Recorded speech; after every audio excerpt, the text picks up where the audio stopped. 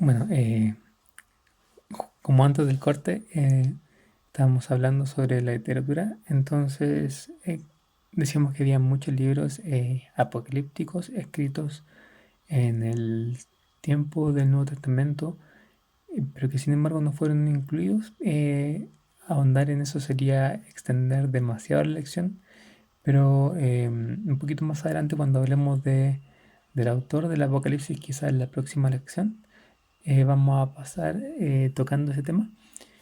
Vamos a ver un poco de la razón por la cual algunos libros son incluidos en la Biblia y otros no, pero así como una pista por el momento, solamente decir que estos libros no tenían una autoridad, ¿cierto? No eran reconocidos como parte del mensaje que Dios tenía para la iglesia, a diferencia por ejemplo, de este libro de Apocalipsis. Así que solamente decir eso. Y ¿qué otra cosa tenemos que aprender sobre este género apocalíptico? Es que como estamos hablando de revelaciones, particularmente visiones, ¿cierto? La experiencia de la visión es una experiencia que usualmente, por lo que vemos en la Biblia, es una experiencia donde uno forma como extrasensorial, podríamos decir, contempla cosas sobrenaturales. Entonces, podemos esperar de que en la literatura apocalíptica todas estas visiones, los elementos que son símbolos, por ejemplo, números, tienen un significado que es particular. Eso lo aprendemos comenzando desde el libro de Daniel y también en otros libros de la Biblia que, si bien no son apocalípticos, tienen, no sé, algún pasaje que habla sobre alguna visión, algún profeta o alguno de otros pasajes del Antiguo Testamento. Pero, por ejemplo, específicamente en Daniel, hay un versículo, dice: mientras yo, Daniel, contemplaba esta visión y trataba de entenderla, apareció ante mí alguien con apariencia humana.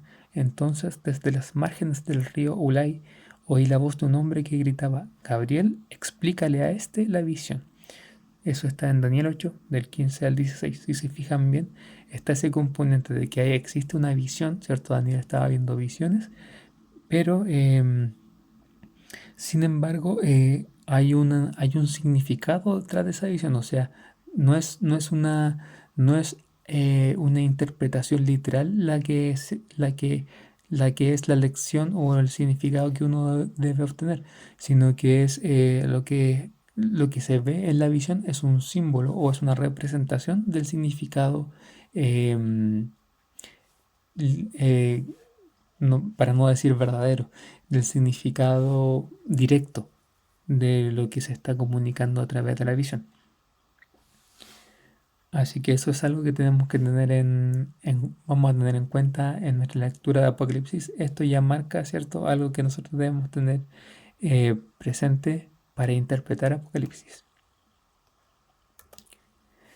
Segundo, Apocalipsis es una profecía. En el versículo 3 del capítulo 1, Juan escribe: bienaventurado el que lee y los que oyen las palabras de esta profecía. Ahí otra vez aquí tenemos que hacer una introducción, ¿cierto? O un pequeño recuento de lo que es el género de profecía en la Biblia. Pero lo vamos a tratar de hacer muy, muy breve por motivos de tiempo. La idea es que esta lección no sea tan extensa como es unidireccional, ¿cierto? Es solamente desde un lado. La idea es que sea no muy extensa y poder tampoco cansarlos con ella. Así que muy, muy rápido. En la Biblia la profecía es cuando Dios habla a través de una persona.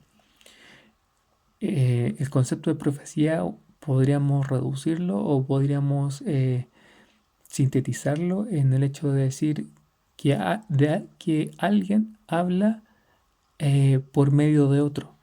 alguien habla, comunica un mensaje por medio de otra persona.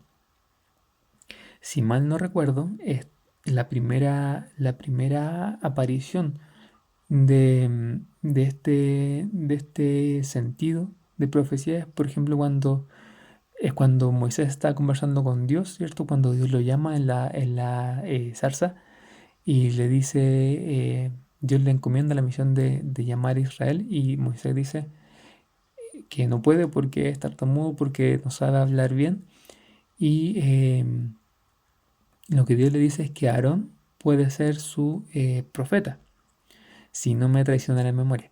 Eso significa que Moisés va a hablar a través de Aarón, o sea, Aarón va a ser el portavoz de Moisés o va a comunicar él lo que Moisés quiere comunicar. Entonces, en ese sentido, un profeta es simplemente una persona que entrega un mensaje de parte de Dios, pero es como, claro, es como si Dios hablara, es como que tiene la autoridad de Dios en lo que está comunicando.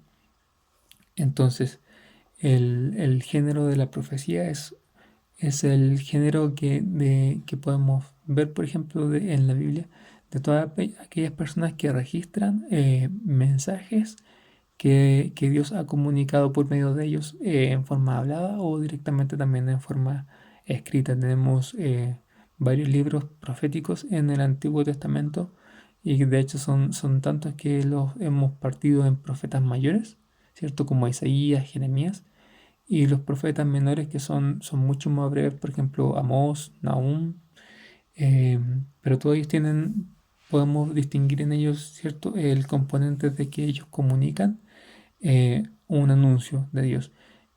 Profecía generalmente en el contexto de nuestra cultura habla de hechos futuros. Por ejemplo, cuando vemos la palabra profecía en alguna serie, en alguna película, siempre es como el anuncio de algo futuro. Pero cuando leemos la profecía de la Biblia, nos vamos a encontrar de que Dios no necesariamente habla acerca del futuro, muchas veces habla también acerca del presente, habla acerca del futuro cercano, pero también habla del presente, habla acerca de situaciones, por ejemplo, que él está viendo y a las cuales él está respondiendo en el tiempo presente. Entonces lo más importante no es el tiempo de la profecía, sino la característica de que la profecía siempre da a conocer la voluntad de Dios. Siempre lo que se dice, ya sea para este tiempo, o sea, para el tiempo presente de la persona que oye o para el tiempo futuro, siempre busca que la persona que lee la profecía comprenda la voluntad de Dios. Entonces, Apocalipsis, por lo tanto, es una comunicación de parte de Dios es eventos, ¿cierto? A través de este paquete, de esta, eh, de esta forma de literatura apocalíptica, Dios está dando una profecía, o sea, Dios está comunicando algo.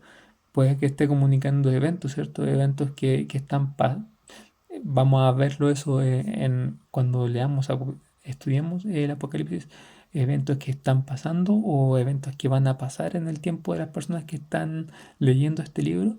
Pero lo más importante es que estos eventos hablan de una intención, como dice ahí, hablan de un mensaje específico de Dios para las personas.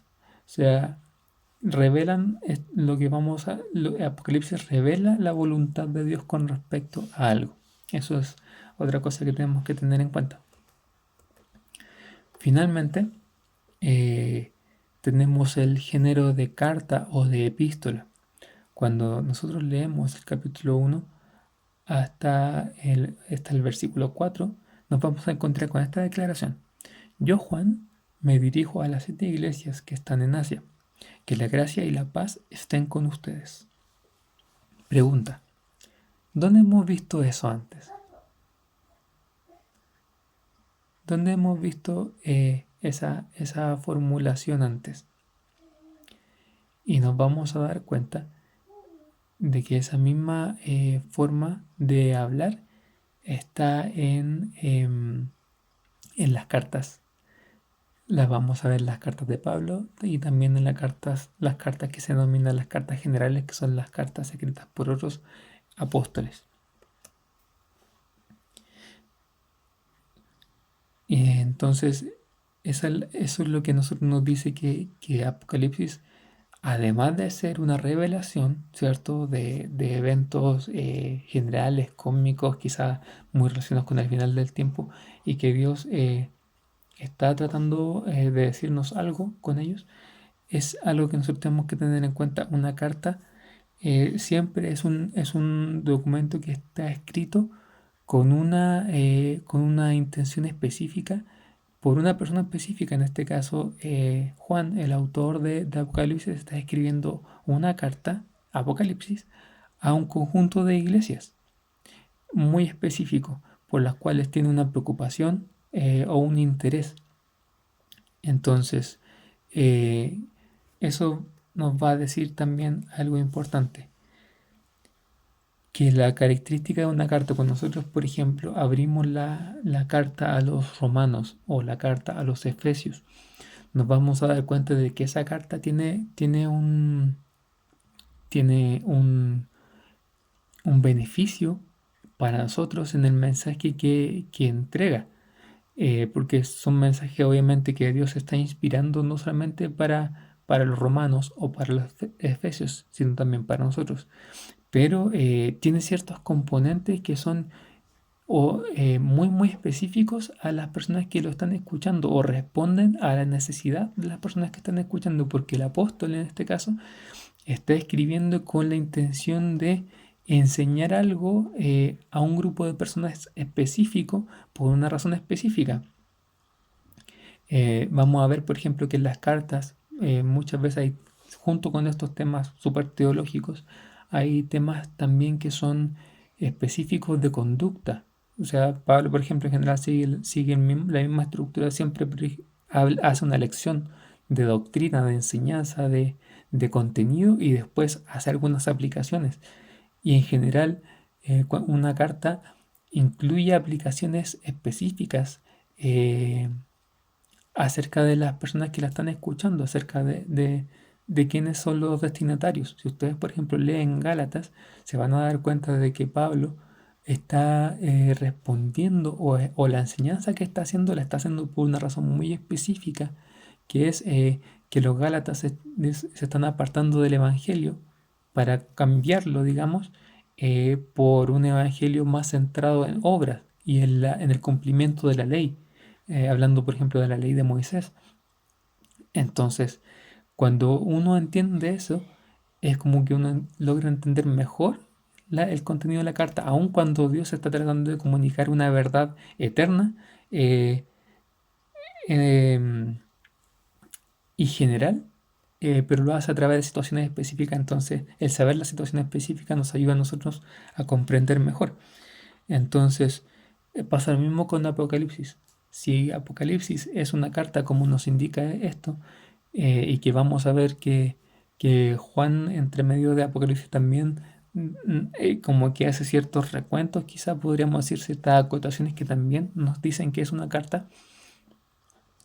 em, vamos a ver de que el tener presente eso, que fue destinado a un grupo de personas específico, también nos va a ayudar a entender eh, cuál es el contenido para nosotros, general a todos los cristianos, de Apocalipsis, sabiendo que se les fue escrita para un grupo con situaciones y con necesidades específicas. Así que para terminar o para resumir, estos datos, el tener en cuenta el tipo de literatura de Apocalipsis nos va a ayudar a navegar mejor lo que vamos a leer. Primero, entonces sabemos que el libro, o vamos a esperar de que el libro como literatura apocalíptica esté lleno de símbolos y esté lleno de figuras literarias. Vamos a ver que es cierto, en las visiones que hay van a cobrar mucha importancia los números, las formas, los tiempos, las secuencias, la simbología, y todo eso no está ahí por azar, sino que tiene un significado específico. La idea es, aunque es una visión, es a través de esa simbología revelar o mostrar eh, digamos, lo que Dios está haciendo en la historia. Lo segundo es que a pesar de que el libro habla de eventos, ¿cierto? Como es un libro profético, toda la trama tiene todo transcurre no como eventos aislados, sino que transcurre con un trasfondo porque es un mensaje que Dios quiere comunicar. Entonces, todos estos eventos o todo lo que se está narrando va a tener una intención o un mensaje que nosotros extraemos de eso que es el que Dios está comunicando a través de esta profecía. Y finalmente, el hecho de que sea una carta, como decíamos, nos va a ayudar a entenderla mejor, sabiendo que fue escrita para un grupo de personas, un grupo de oyentes que son contemporáneos de la carta, ¿cierto? Las cartas tienen destinatarios y que generalmente están o en el mismo tiempo o en un futuro muy, muy cercano. em, Tienen a estas personas en mente, entonces eso va a tener ciertas características o a moldear la carta de alguna manera para esa situación, y cuando nosotros logramos entender esa situación o ese contexto, nos va a resultar más fácil o nos va a resultar mejor identificar los principios generales o la lección o el mensaje que Dios va a querer enseñarnos. Así que eso, chicos, para no hacer una lección tan larga, eso es lo que podemos revisar en esta ocasión. Y ya de a poco vamos a ir avanzando en no solamente la introducción de Apocalipsis, sino también en el contenido. Así que cualquier duda ahí la comparten por el WhatsApp. Saludos.